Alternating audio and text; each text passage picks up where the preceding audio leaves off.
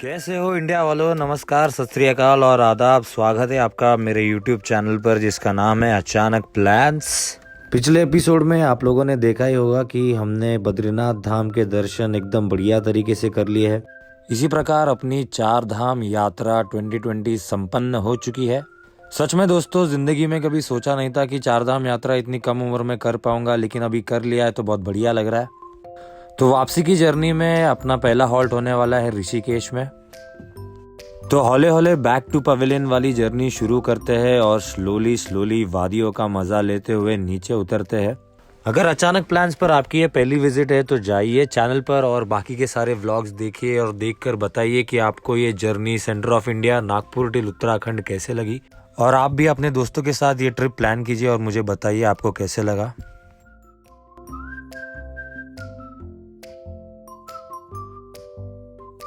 नीचे उतरते ही हमें एक वाटरफॉल एक्सप्लोर करना है, तो फिर सावधानी से स्लोली नीचे उतरते हैं। क्योंकि ये चट्टान देखिए गाइस, ये रास्ता बनाने के लिए कंपल्सरीली तोड़ा गया है। इसके लिए ये सस्पेंडेड रॉक्स है जो कि टर्बुलेंट एयर फ्लो पर गिर सकते हैं और रॉकफॉल फिर लैंडस्लाइड हो सकता है। अभी रास्ते के बगल में इतना पावरफुली फ्लो होने वाला वाटरफॉल एनकाउंटर किया है नहीं ना?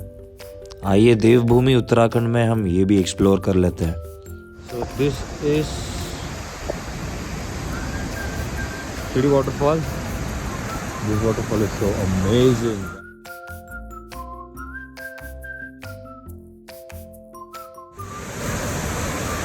तो मुझे बार बार ये क्लीन करना पड़ रहा है क्योंकि इतने वाटर वेपर्स फॉर्म हो रहे हैं यहाँ पे। शिडी वाटरफॉल देखिए ये नज़ारा, बहुत ही बढ़िया और उम्दा फ्लो है यहाँ पे। और मैं अंदर जा रहा हूँ क्योंकि मैं भीग रहा हूँ। देखिए जरा आप जो फ्लो है इसका, कातिलाना।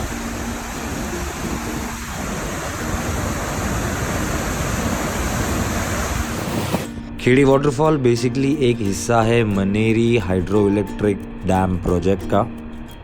मेन पर्पस इस डैम का यही है कि वाटरफॉल से पानी डाइवर्ट किया जाए और फिर हाइड्रो इलेक्ट्रिक पावर जनरेट की जाए टर्बाइंस के थ्रू।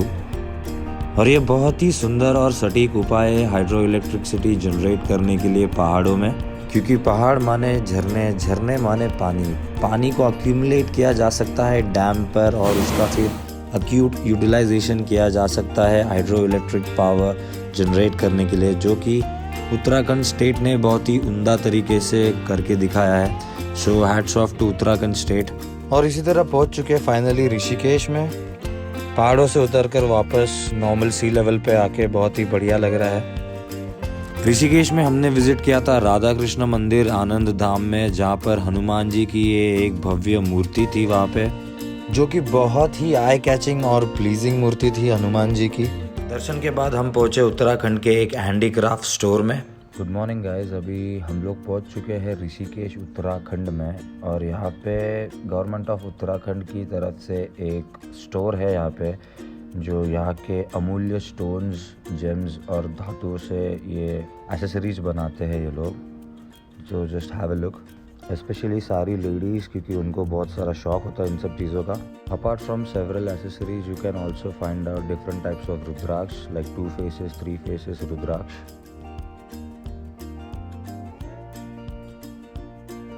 जिसकी काफ़ी मान्यता होती है लोगों में, काफ़ी श्रद्धा होती है। इसके लिए मैं चेक कर रहा हूँ, बस आप भी देखिए। स्पेशली ये एक मुखी रुद्राक्ष जो 12 साल में किसी एक भाग्यशाली पेड़ पर उगता है। इसी सवाल ये पैदा होता है किससे से पहचाना जाए ओरिजिनल है। रुद्राक्ष को पानी में डालिएगा, ओरिजिनल होगा तो रुद्राक्ष पानी में डूब जाएगा। ओरिजिनल होगा तो ओरिजिनल होगा, अगर लकड़ी प्लास्टिक डुप्लीकेट बनावटी होगा तो पानी फ्लोट करेगा। तो इसका ओरिजिनल टिकट है। एक बार आप लोग ओम नमः शिवाय का जब देखिए इसका दर्शन का नेचुरल स्टोन, जैसे आप ये देखते हैं आइस स्टोन, बर्फ का पत्थर, इसको बोलते हैं स्फटिकम। लेकिन स्फटिक है किस तरह से पहचानेंगे? रियल स्फटिक है, बिल्कुल लुक लाइक ग्लासेस का टेस्टिंग है कि दो स्फटिक को अगर हम आपस में प्रेस करेंगे इसमें स्पार्क निकलेगा, चिंगारी आएगा। अदरवाइज ग्लासेस तो नहीं आएगा। देखिए इसका प्रैक्टिकल टेस्ट करके बताता हूँ, लाइट ऑफ कर रहा हूँ, देखिए इसका टेस्ट। तो ये ओरिजिनल है तो इसमें चिंगारी स्पार्किंग आएगा। ओके देखा आपको इसकी ओरिजिनलिटी की पहचान।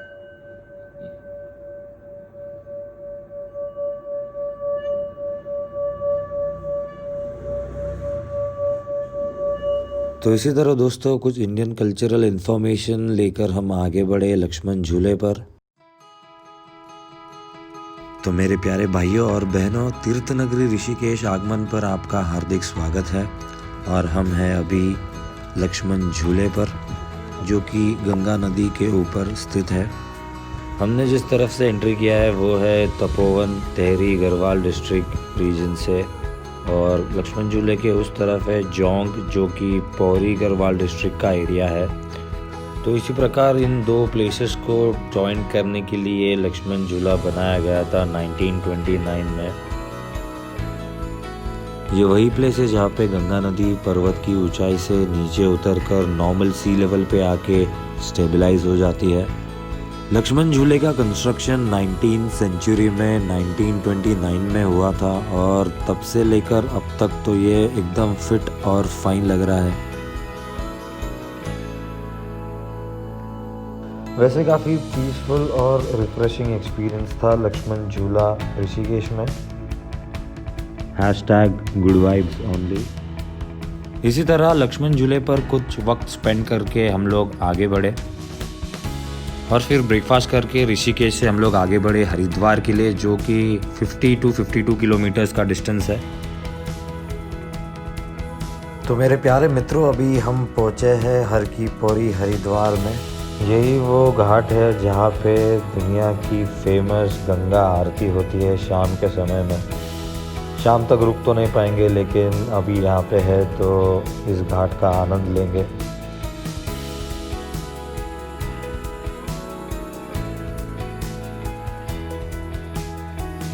यही वो जगह है जहाँ पे 12 साल में एक बार कुंभ का मेला होता है। जैसे कि आप लोग जानते ही होंगे कि कुंभ का मेला एक बहुत बड़ा रिलीजियस फेस्टिवल है, जो 4-4 साल में नासिक, प्रयागराज, उज्जैन और हरिद्वार में होता है। वैसे प्लेस अभी अंडर रेनोवेशन लग रही है, लेकिन जो भी है सही है, मज़ा आ रही है।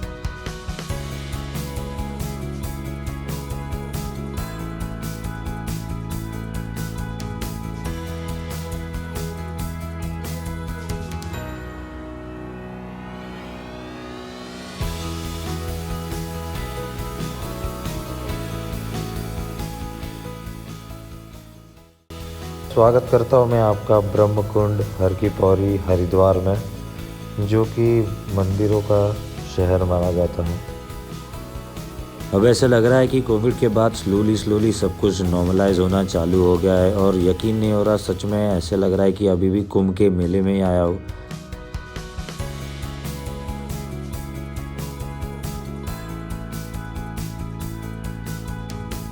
तो इसी तरह से गाइस, सेकंड स्टॉप हर की पौड़ी हरिद्वार से भी हम निकल रहे हैं अभी आगे की ट्रिप के लिए, बैक टू पवेलियन नागपुर।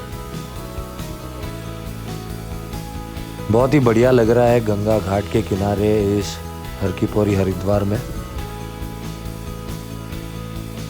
यकीनन ये प्लेस कुंभ के मेले के वक्त और भी ज़्यादा लिट हो जाती होगी। जय हो गंगा मैया की।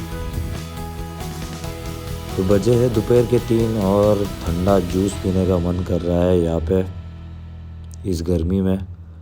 सो signing off from Haridwar Har Ki Pauri. निकल चुके हैं back to pavilion return journey अपनी नागपुर की तरफ। जिस रास्ते से आए थे उसी रास्ते से वापसी करेंगे। ऑलमोस्ट एक हफ्ते के पहाड़ी रोड ट्रिप के बाद वापस कंक्रीट रोड पे आकर बहुत ही अच्छा लग रहा है। पहाड़ों पे चलाना बुरा नहीं लग रहा था, लेकिन काफ़ी चैलेंजिंग था यहाँ पे। तो ये एट ईज़ सब कुछ टॉप गियर पे ईजिली निकल जा रहा है।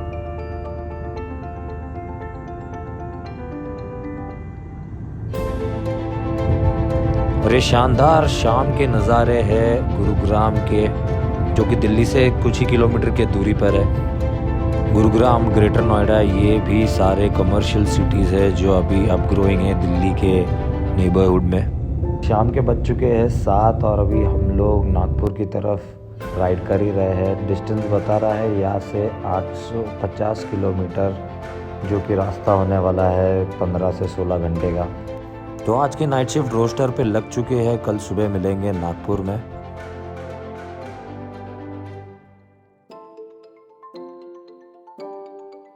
गुड मॉर्निंग इंडिया वालों। तो अब महाराष्ट्र बॉर्डर एंटर कर चुके हैं। नागपुर से 50 किलोमीटर की दूरी पर है और टोटल ट्रिप की जर्नी हुई थी अपनी 3931 किलोमीटर।